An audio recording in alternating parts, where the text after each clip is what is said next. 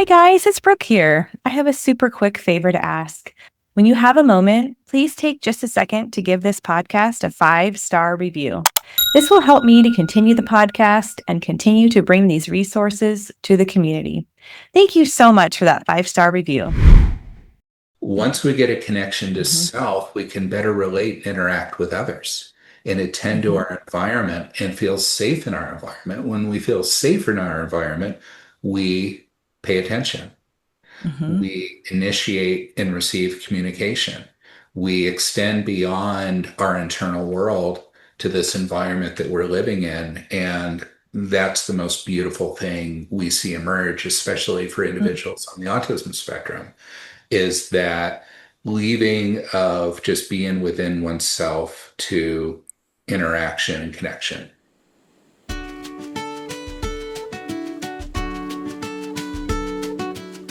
Hey there, it's Brooke, and welcome to Finding Hope on the Spectrum, where I have heart-to-heart conversations with parents, professionals, and autistic individuals sharing personal insight and life experiences. Together, we dive deep into supports, programs, and stories that offer inspiration, insight, and most importantly, hope for the neurodiverse community.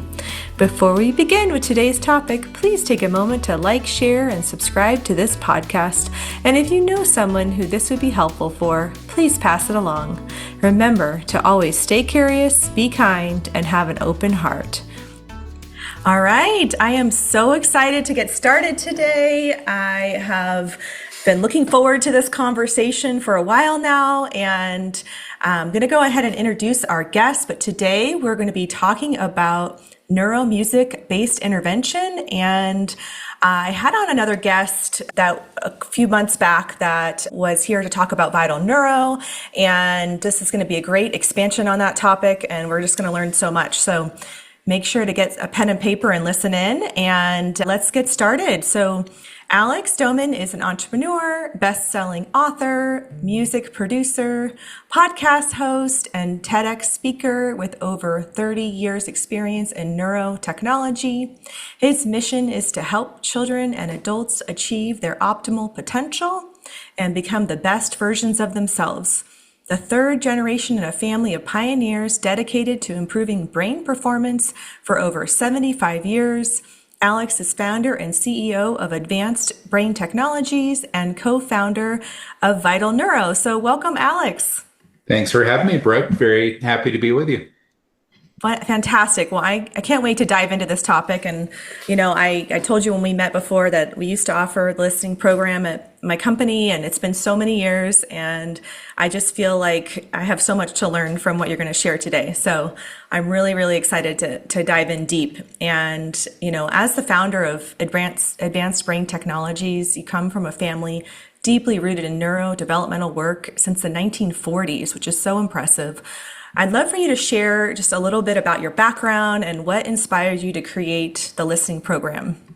Yeah, when you are third generation in a family that has been devoted to helping people just live their best life through, brain performance, neurodevelopment, it becomes something that's just in you.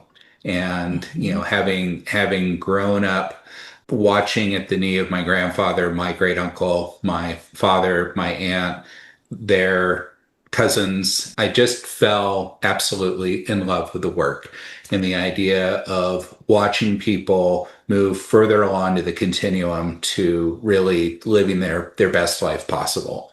And so it's just been incredibly rewarding to be part of this. And, the work started very much in early motor training development. So working with lower brain levels, using movement-based activities to develop and help rehabilitate, individuals with brain injuries, to help accelerate performance of normal, typical kids, and then, of course, to help kids on the autism spectrum. And My family was, one of the first to look at sensory issues in autism in the 1960s.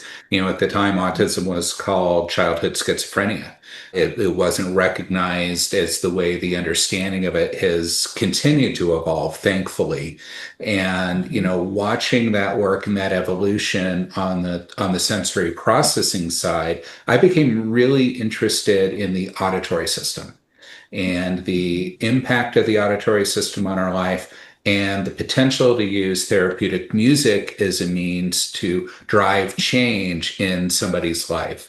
So I got involved in the work myself professionally in 1993 with my father at the National Association for Child Development. And one of the things he wanted me to do with him was to explore the use of music-based interventions with the kids on the NACD caseload. Now, for many, many years, he had been referring children to Europe to see Dr. Tomatis. He had had staff trained in the Berard method of AIT and used all sorts of really advanced neuromusic therapies as part of NACD programming. So that really became my charge and area of interest and focus. And I trained as an AIT practitioner. I trained in other modalities and began working with the clients at NACD, helping to refine these programs as part of their overall neurodevelopmental programs. And we saw some gaps, Brooke, and the gaps were one, accessibility. Not all children can travel to a facility to receive a music-based intervention. At that time, many, and it's true today, of these interventions are not pleasant to experience. They can be quite intensive and demanding of a child, up to 2 hours per session of listening. And for many weeks, families would travel to do these therapies. And our interest was providing something that was super enjoyable, was accessible, easy to use, could be done in a home, could be done in a classroom, could be done in a clinic. So it was really flexible and was super affordable. And of course, safe and efficacious. And that drive really led us to creating the listening program. And we started that work in the mid 1990s. Yes, you're bringing back this memory I had of clients that used to drive to Tijuana from San Diego for their Tomatis program. Yeah.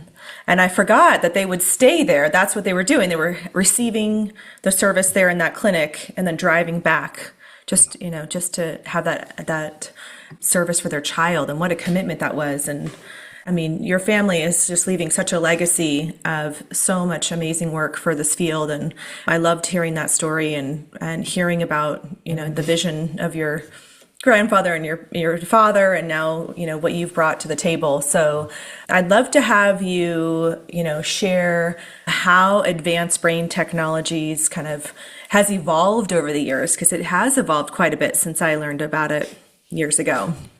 Yeah, well, when we started ABT, we were really filling a need for my father's clients at NACD. We were developing a program for those families and recognized that we had something really special. We had created a protocol that was a series of 8 CDs. You listen to the CDs twice a day for 15 minutes, 5 days a week for 8 weeks. And that was the program. And we started training practitioners in the program and all over the world. And people were just coming to us excited about this idea of, wait, we can do listening therapy at home with a CD player and our own headphones. Mm-hmm. And that just opened up a new way of thinking for practitioners, for educators, for families in terms of the accessibility. So that, initial program that we had spent years developing and researching was the foundation.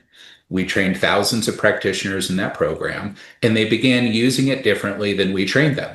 They began trying new things and new protocols and doubling up the program duration and doing longer listening times and shorter listening times. And what we learned working in concert with these therapists is that there was an opportunity to do more. So we developed new programs, new protocols, new recordings. And worked really with new technology to take advantage of high definition sound, surround sound experiences in headphones, vibroacoustic therapy in combination with the listening.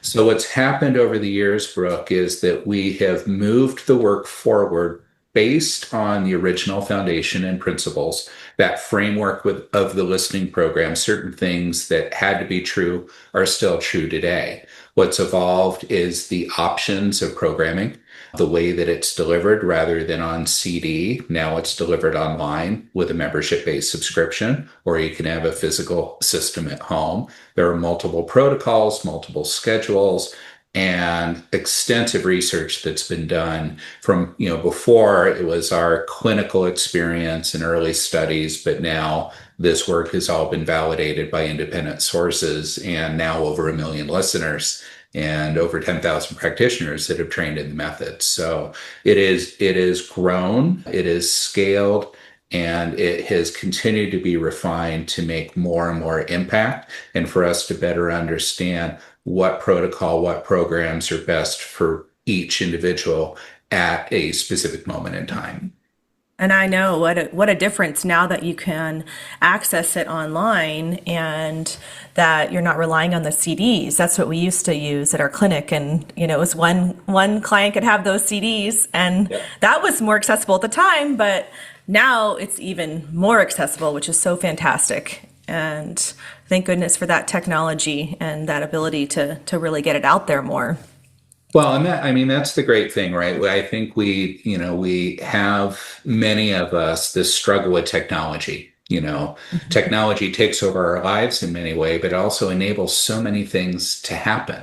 So it's a matter of embracing the right use of technology to our betterment. And I'm, super excited about this whole field of neurotech and what's happened in terms of making these kind of modalities accessible to more and more people. Yeah, absolutely. It's so true. The technology can be a blessing and a curse, and this is definitely a blessing to have this available. And you mentioned the other programs like Tomatis, and I know I've had a guest on talking about the Safe and Sound protocol. So I'd love for you to share, what the difference is and all these different neuro music-based interventions.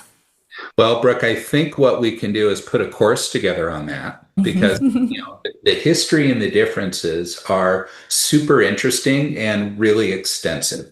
So, to be very brief, we can really look to the original work of Alfred Tomatis and the Tomatis method as being the first widely known music-based listening therapy that really all of the other methods in some level have stood on the shoulders of the work of Dr. Tomatis, including the listening program. In fact, we brought in a physician that was a Tomatis practitioner as part of the original team that designed the listening program with us. So we really embraced and were inspired by that work and wanted to then build on it and modernize it in our own way. So I think the things that we need to consider with these music-based interventions is that, first of all, they are using music not as entertainment. They are using music as a therapeutic modality, intentionally designed to do that. Most of the programs use licensed music that is repurposed for the application. The listening program and everything we do at Advanced Brain Technologies is composed or rearranged and recorded specifically for every program. So the main difference is we really hold a very high standard and a high value on original, high-quality music recordings for the purpose. It's more expensive to produce the programs. It takes much longer and more research, but in the end, it's really a difference maker, because we always want these programs to be something that are enjoyable. And when they're enjoyable, the listener has an intrinsic motivation to engage with them and to be present with them. So rather than something we have to do, it's something we get to look forward to doing. So that's really a standard setter in the Advanced Brain Technologies programs. So the commonalities are we'll listen through headphones. Most methods are headphone required. The difference is how long you listen, how many times per week, and the total duration of a program, the type of music that's used. The way the music is what's called acoustically modified or psychoacoustically modified. So there are terms you've heard of: filtered music, modulated music, gated music. There are all sorts of terminology that is used to describe the acoustic modifications that are made to change frequency, to change perception of volume, temporal or timing aspects of sound processing. Spatially, the listening program is the only surround sound based method, the only one using all original high definition music recorded for the programs, that gives you that spatial perception of awareness where your body is in space in connection with your environment surrounding you. Gives you the flexibility to listen as little as 9 minutes a day and as much as an hour a day, depending on the protocol and the programs that you're using. Listening program protocols are done 5 days a week, 5 days on, 2 days of rest for integration for the listener, and are generally done over several months. This is not a quick fix. This is a neurodevelopmentally based approach. So we're working with the way humans develop from the brainstem up to the cortex neurologically. And we support that through this developmental approach that we'll speak about in a little bit in terms of how TLP is done. So all of the methods, those you've mentioned a couple, there are many others, are effective. They're helpful. The question is what's right for what listener? And I would just say that what we're doing in Advanced Brain Technologies is what we believe to be the way based on our learning so far. And those learnings continue to evolve, and the programs continue to evolve based on those learnings. That's fantastic. I have so many questions. I love the way you described the kind of awareness of your body and the surround sound. And I imagine that can be really effective for individuals that with autism that are not feeling their body and are not feeling connected in their body. It makes me think of some of my clients. I have a speller, and he's able to spell to communicate. He's an adult, but he talks a lot about how he has a hard time feeling his body. And that's so common for spellers, and they need that grounding work. And so that just made, as you were describing that, I was thinking, gosh, that seems really effective for those that are feeling out of their body and not grounded. Well, if we think about it, Brooke, we need a sense of orientation in the world. So we have to have a sense of self, of home, and a sense of safety. And that starts with our internal senses. So our interoception, our proprioception, our vestibular function, help us understand where in the world we are in relationship to other individuals in environment. So the listening program invites a grounding and a connection to self. Once we get a connection to self, we can better relate and interact with others and attend to our environment and feel safe in our environment. When we feel safer in our environment, we pay attention. We initiate and receive communication. We extend beyond our internal world to this environment that we're living in. And that's the most beautiful thing we see emerge, especially for individuals on the autism spectrum, is that leaving of just being within oneself to interaction and connection with our world. No, that's so fantastic and so important for this field of, autistic individuals. They, as you mentioned, it leads to so many other opportunities because you're more available to receive and to participate and interact and to learn. And what a gift, to have access. And I love that you mentioned the intrinsic motivation, because I think that is so important as well. And, I imagine that just the feeling that they're getting from that grounding work is also very intrinsically motivated to want more, that just feels good. So you can't not want to experience that more. Yeah, absolutely. So you mentioned a little bit about, kind of the length of time that individuals listen to it. And I'd love for you to share just kind of an overview for our listeners of, what a session might look like for a family if they wanted to try this, and kind of what the participation level is. Yeah, I mean, my sessions this morning were with coffee in a comfortable chair. Right. So I wake up and I do my listening after some other practice, and then I do movement. So it looks the way it needs to look in your household, Brooke. And what I mean by that is it adapts beautifully into just the flow and the rhythm of a family's life. So rather than having to adapt to the structure of TLP adapts to the structure of the family.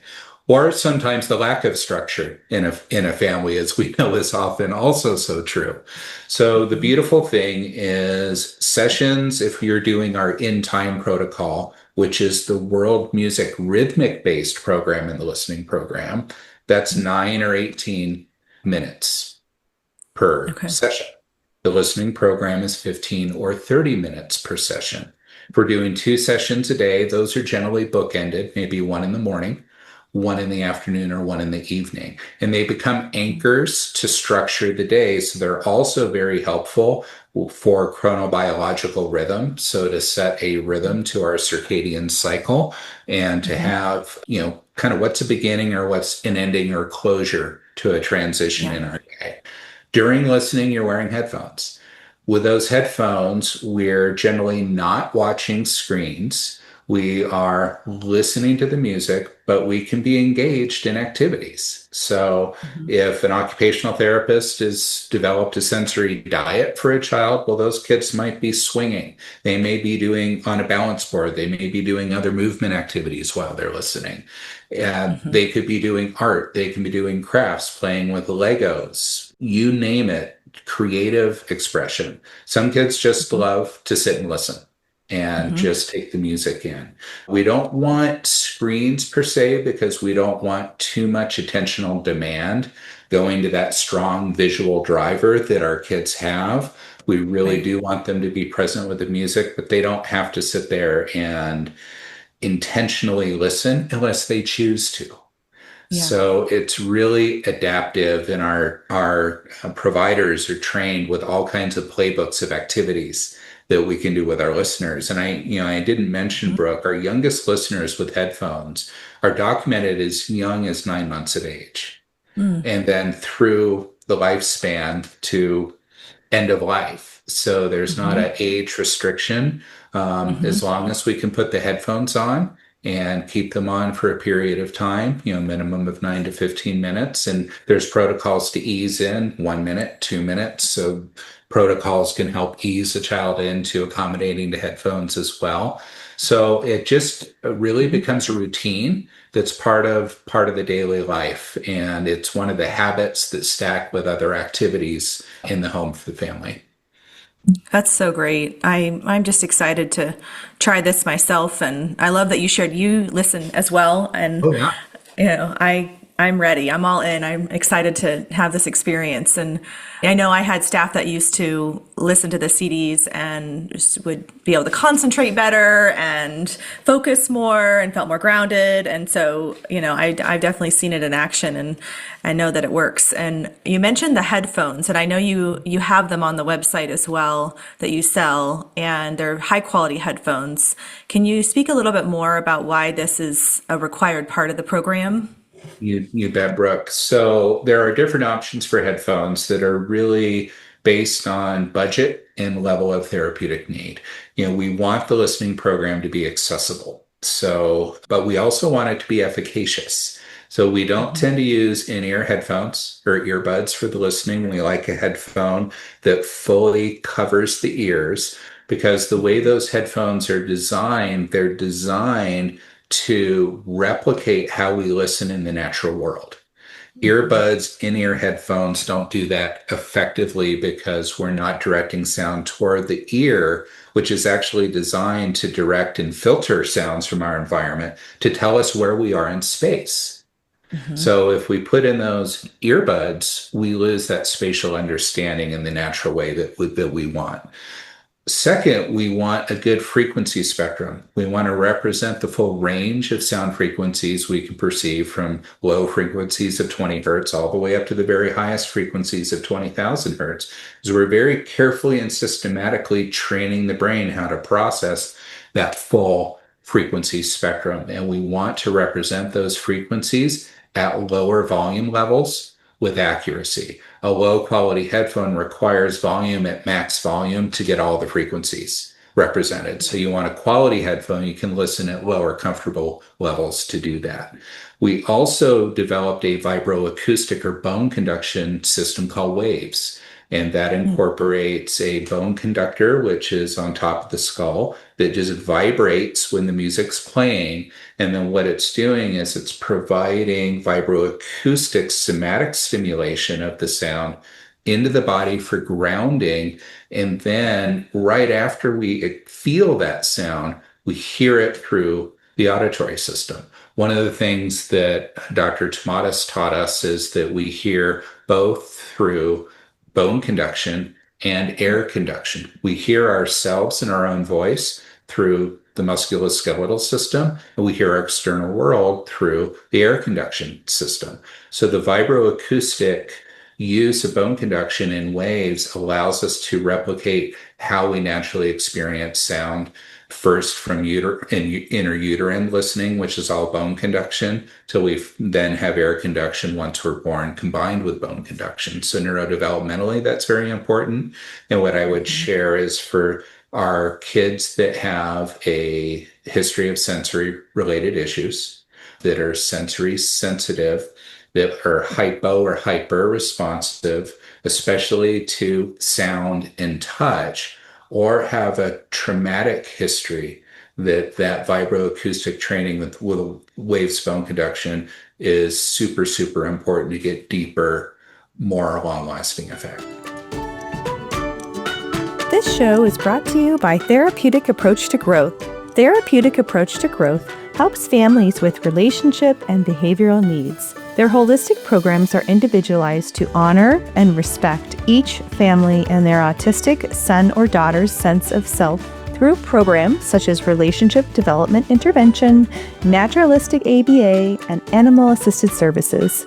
If you're finding yourself frustrated or discouraged with your current behavioral programs and would like to see more long-term meaningful growth for you and your family, then contact TAG today at www.tagforgrowth, that's TAGFORGROWTH.com, to learn more about how to schedule a consultation or how they can offer you the help your family needs, whether in person, remotely, or in a school setting.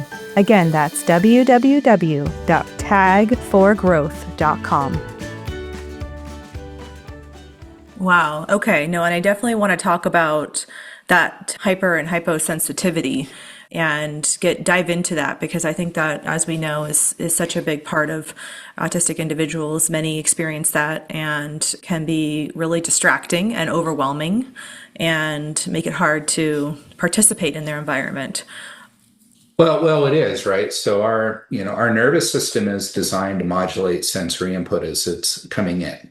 And for many individuals, that modulation isn't working properly. So we're not perceiving senses, say, within normal limits. So let's say we have a threshold of normal responsiveness. We're under responsive, that's hypo. We're over responsive, that's hyper. And that can vary through each sensory system and be variable in the moment within a single sensory system. So we can be both hypo and hyper responsive to sound and to touch. So what we need to appreciate is that we need to provide the nervous system with safe, efficacious sensory stimulation in such a way, at the right frequency, intensity, and duration, that the nervous system can begin to reorganize itself. And as it begins to reorganize itself, as we present this stimulation in the right way over a sufficient period of time, that sensory modulation can begin to improve. starting in the reticular activating system, where all of our senses first integrate in the brainstem, on up to the cortex. And as we mentioned, neurodevelopmentally, we're starting at the brainstem, and then we're working our way up just as we naturally develop, right? We move first. So movement is first. Then we speak. Then we develop higher level thinking as we begin developing our communication abilities. So the listening program patterns that from low frequency to mid frequency to high frequency sound training. So that helps us to bring into balance a lot of these sensory channels, just as a great way of sensory integration. I mean, it's so fantastic. I think it's so important. And I was curious, as you were describing that, you're conditioning the brain to be more regulated and to be able to modulate, process information that's being processed. Do you see individuals need to maintain, since the listening program, is this something they can do ongoing that just supports maintenance of this modulation? Yeah, so this is always an interesting conversation with Brooke. How long should we do it? I'm going to do it until my dying days. Because what I know is when I do my listening, I'm better self-regulated. When I'm better self-regulated, I'm a better husband. I'm a better father. I am a better friend. I'm better with my team and a better version of myself. And that's true for all of us. You know, the listening program meets us where we are in the moment. And we've developed something called a brain scale that helps people quickly assess where they're at.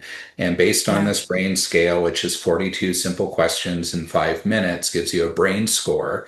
That brain score kind of helps us know, is the program needed now for neuro rehabilitation needs? Right? So we've got some work to do, and we're going to build a foundation, be working with it longer. Is it neuro wellness to just maintain where we're at today? Or is it neuro performance to get that extra edge of performance in our life? So it carries us through that continuum. So the idea is we start with a set of goals, right? What do we want from the program today? How do we best use the program to do that? Then once we move through that protocol, where are we now? What do we want to do next, and how can the program support us to do that? So I can share that the listening program is now 26 years in use.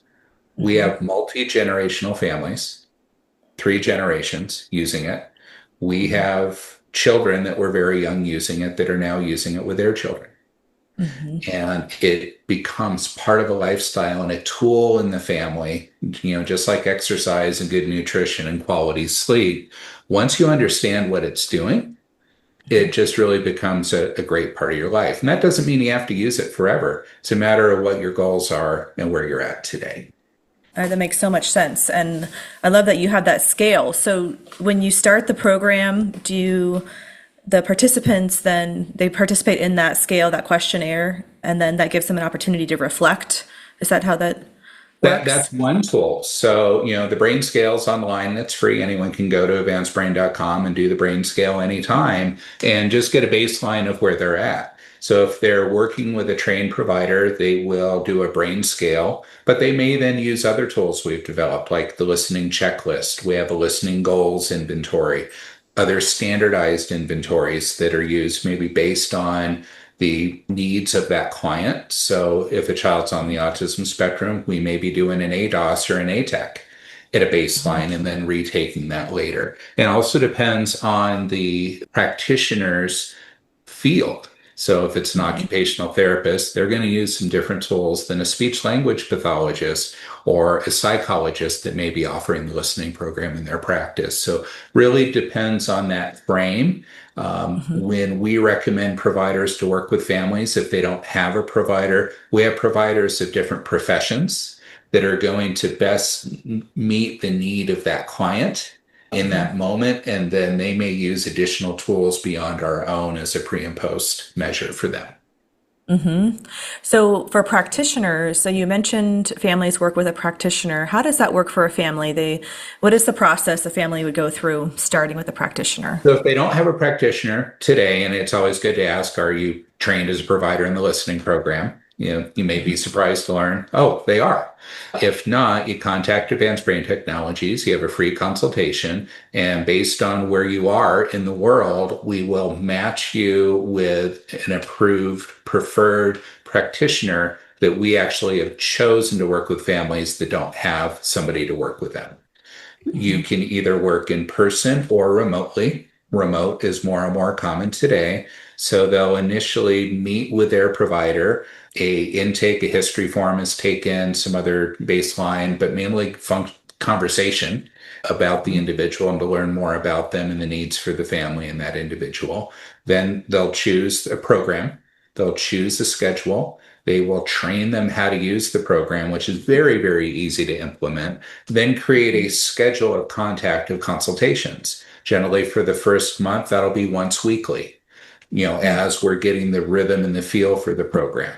As we go to months 2 and 3, it's every 2 weeks. From then, maybe once a month up until 6 months. Then generally, if we haven't concluded what we're going to be doing with the listening program at that time, then the families have the rhythm and understand it and can keep working with it. Many will have a very long-term relationship with their providers. Others, they get it and they know how to use the program, and it becomes very instinctual for them.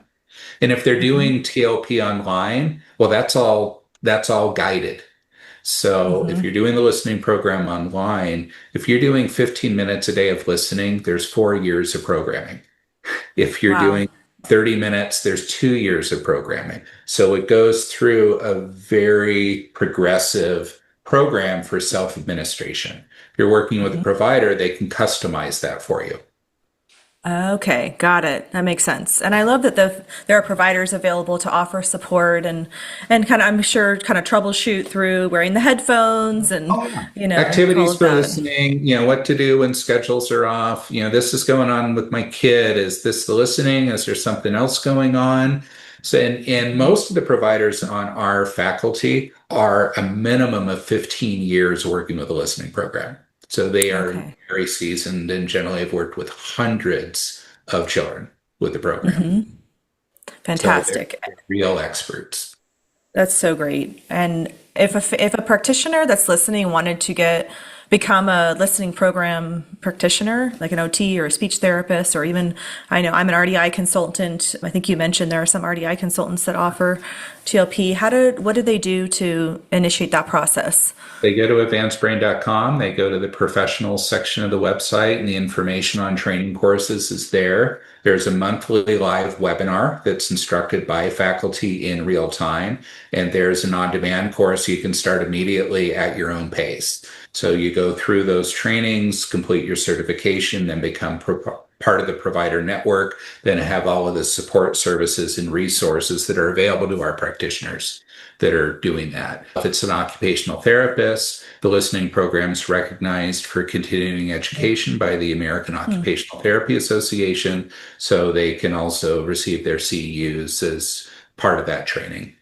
That's so great. Well, I'm excited that, that's an option for professionals. I'm definitely going to look into it myself. I think it's so great.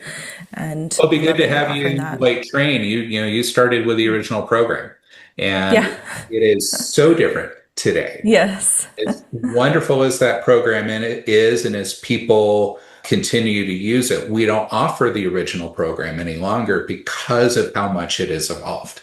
So, once you hear the newer music and protocols, I think you'll be very pleased.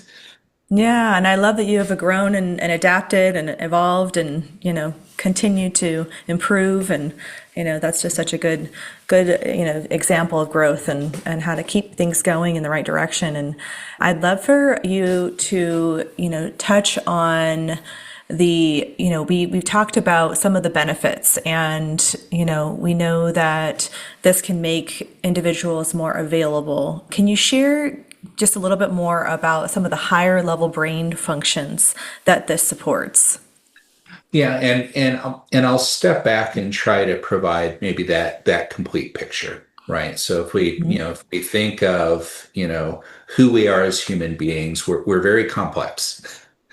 We're incredibly complex, and we can't isolate single functions in truth, because this is the brain has multiple networks and systems engaged at all times, including the senses, right? So it's not as simple as we can just go work on one brain area at a time. So our neurodevelopmental approach is we start with lower brain centers with a low frequency sound that's going to provide a foundation for sensory motor functions. It just so happens that low frequency sounds are also incredibly grounding and calming and good at increasing vagal tone and helping us shift from sympathetic to parasympathetic states in the autonomic nervous system so we can feel safe, centered, and calm. So it's a foundation that we start everybody with. Depending on an individual's needs, they'll spend more or less time in the low frequencies. So it's going to support a typical child reaching their neurodevelopmental milestones. For somebody else, we may be reviewing and helping to support those early neurodevelopmental needs. So once we start with that sensory foundation of low frequencies, we call the green zone. So everything's color coding. So the families know, oh, I'm in green zone, I'm doing sensory motor, sensory integration training. Then we go to the orange zone, which is receptive and expressive language. So we're working on communication and attention. As we then progress through communication in those brain regions, we go to the red zone, which is the high spectrum or higher frequencies. So this is executive function. So working memory, planning, organization, creativity, self-concept. So it's these higher level constructs. And the idea is we're not just working from the bottom up, but we're also working from the top down because the brain is working through both bottom up processes and top down processes all in a loop. So we're working to integrate all of those areas through every listening session that we do, but we emphasize different frequency bands based on the concentration for that portion of the program. And that is definitely working on that neural integration. And that's so powerful in our field, and so important for individuals with autism. That's so fantastic. Now, when the family, you mentioned earlier, I just want to make sure we mention this and I don't skip over this point, but you mentioned the consult. Can a family reach out to Advanced Brain Technologies for a free consult? Is that the kind of first step if they don't know anybody in their area? We don't know anybody. We've got program managers that are trained to speak with families about the program and to understand what's the right fit, what's the right timing to make initial recommendations, and then to pair them with a provider. Some families may be okay to do self-directed programs with a listening program online, depending on the child's needs. So they could go to the website and self-initiate. But even there, there'll be a recommendation to get a provider coach to work with. But all they can do is call ABT and then a free consult's available and then a provider can be recommended. Okay, great. Okay, so having been in the field for decades, what shifts have you seen in how autism and sensory processing are understood and treated?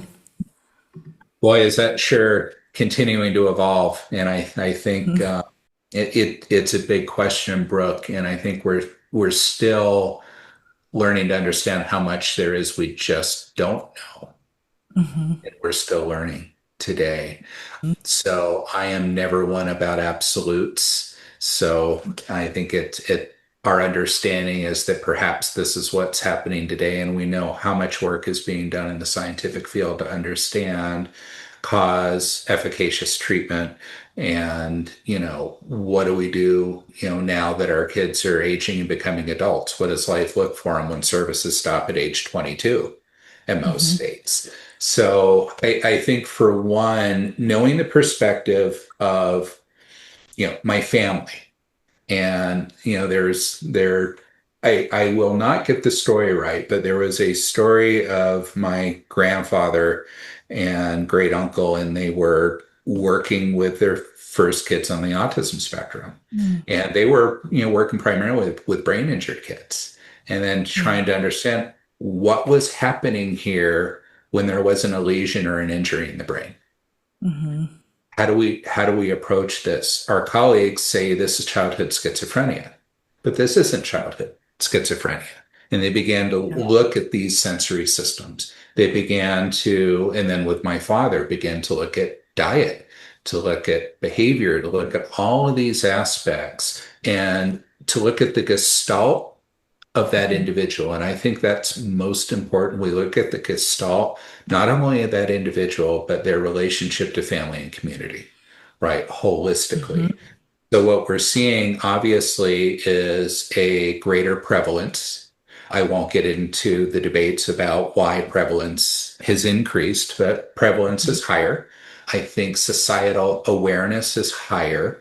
There is more acceptance and sensitivity to individuals on the spectrum, and more being done to make the world feel safer and more comfortable for these individuals that we care for. And to me, that's beautiful to watch emerge. And a lot of the organizations that we've worked with, like Autism Hope Alliance, that have worked to raise awareness to do that. So that's very exciting. In terms of our work, when we started with the listening program, people were highly skeptical that music could have therapeutic value versus maybe making us feel a little more relaxed.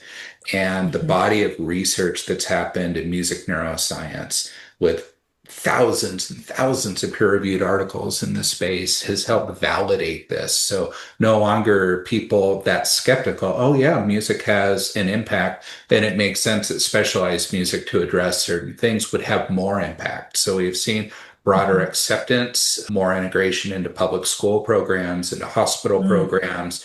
So this has gone from more alternative to more mainstream accepted therapy, including, the listening program being used in some of the largest children's hospitals in our country as a standard method of intervention to help our kids on the autism spectrum.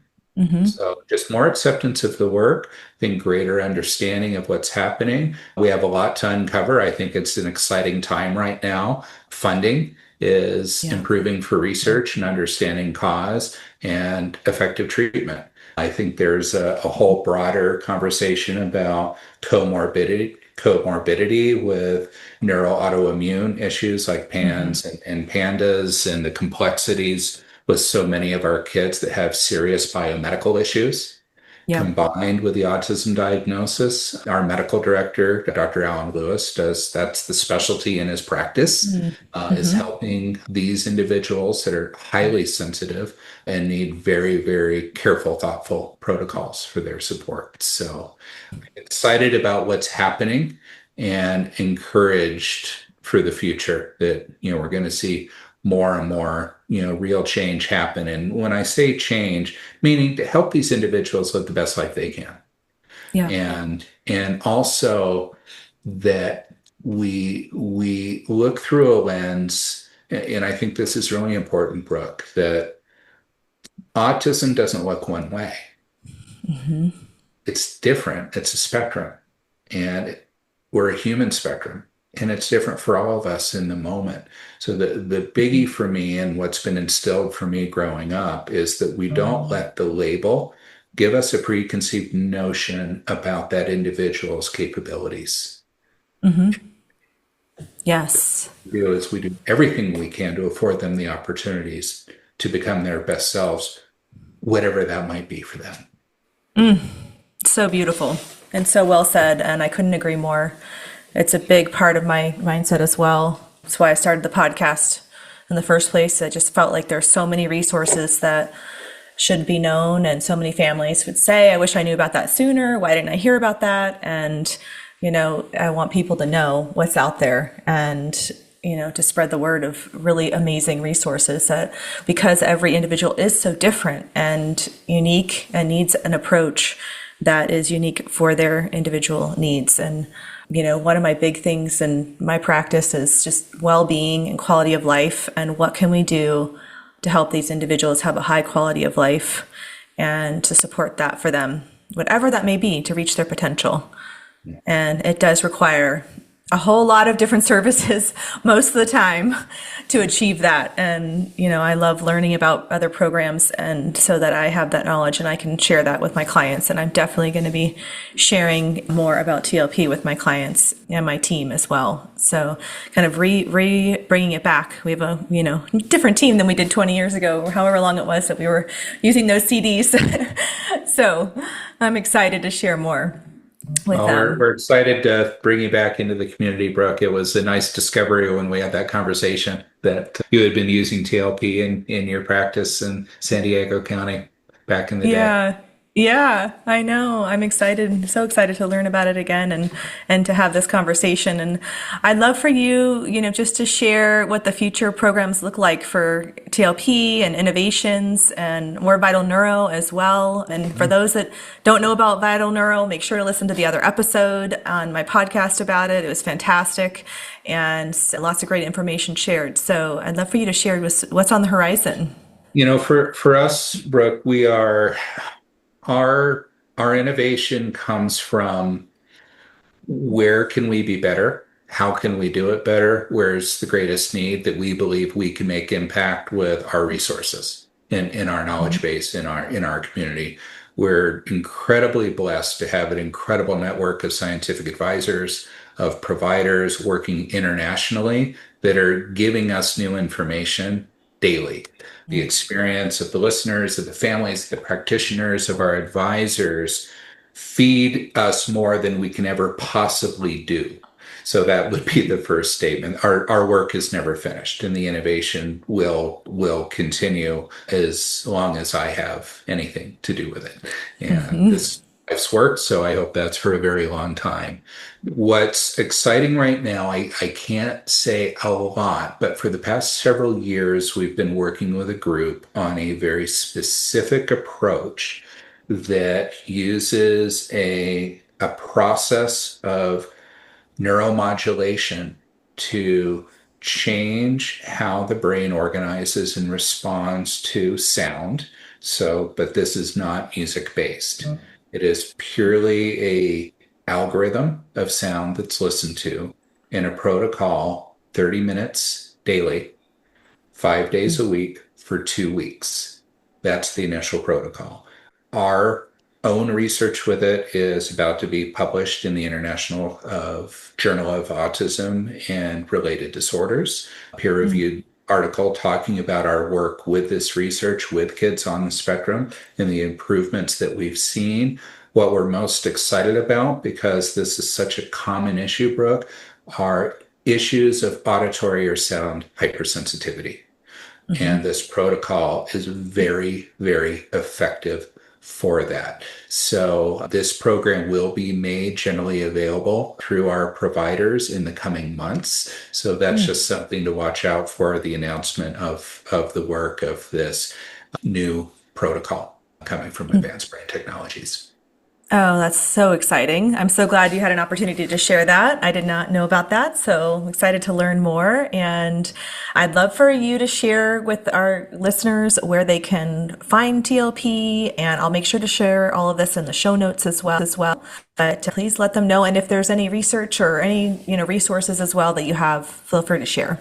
Well, if you go to the website, there's over 1,000 pages of content. So, dozens of case studies, a couple dozen research studies. So the science section is a fantastic resource for sure. Read the articles and watch the videos. The YouTube channel for Advanced Brain Technology is a wealth of information. But to get started with the listening program, or just to contact us, advancedbrain.com. So advancedbrain.com. They can call country code 1-801-622-5676 or email info@advancedbrain.com. We're on Instagram at Advanced Brain Technologies, as well as on LinkedIn and Facebook. So, and myself, I'm on LinkedIn and on Instagram as well. That's where I'm most active. So just search my name, and I'm happy to interact with people there. And I really appreciate this conversation, Brooke. Oh, thank you so much, Alex. This was wonderful. I feel so invigorated to get back into it myself, and I'm so excited that you had this opportunity to share. I think it's really important and great information. So thank you so much for all you're doing for the field and continue to do. I love that you're just continuing to have that growth mindset. Keep growing, keep expanding, keep getting better. You can't ask for anything more. So thank you for doing that. Well, and thank you so much for doing this. This podcast is important, and really appreciate you contributing your time and your vast experience to make more impact on families, even those that you're not working with directly. So thank you. Yeah, absolutely. I absolutely love it, and so important, and just grateful for you to be here today. Thank you so much. Thank you. I'm dancing on the edge again. The wind is calling my name. I'm dancing on the edge again. This time I'm not looking back there. You can change me, you can tell me down. I'll leave echoes in every place I find. I'll break the molds with rebels mind. I'm a hurricane of free falling mind. The information provided on this podcast is for general informational purposes only. The content shared is based on the experiences, opinions, and perspectives of the hosts and their guests and should not be construed as medical advice, diagnosis, or treatment recommendations. The discussions and topics covered are intended to foster understanding and awareness of autism therapies, but are not a substitute for professional medical guidance. Before making any decisions regarding therapies or treatments, we strongly encourage you to consult with a qualified healthcare provider who can provide personalized recommendations based on your unique circumstances. By listening to this podcast, you acknowledge and agree that the hosts, guests, and producers are not responsible for any consequences, damages, or outcomes arising from the use or application of any information during the show.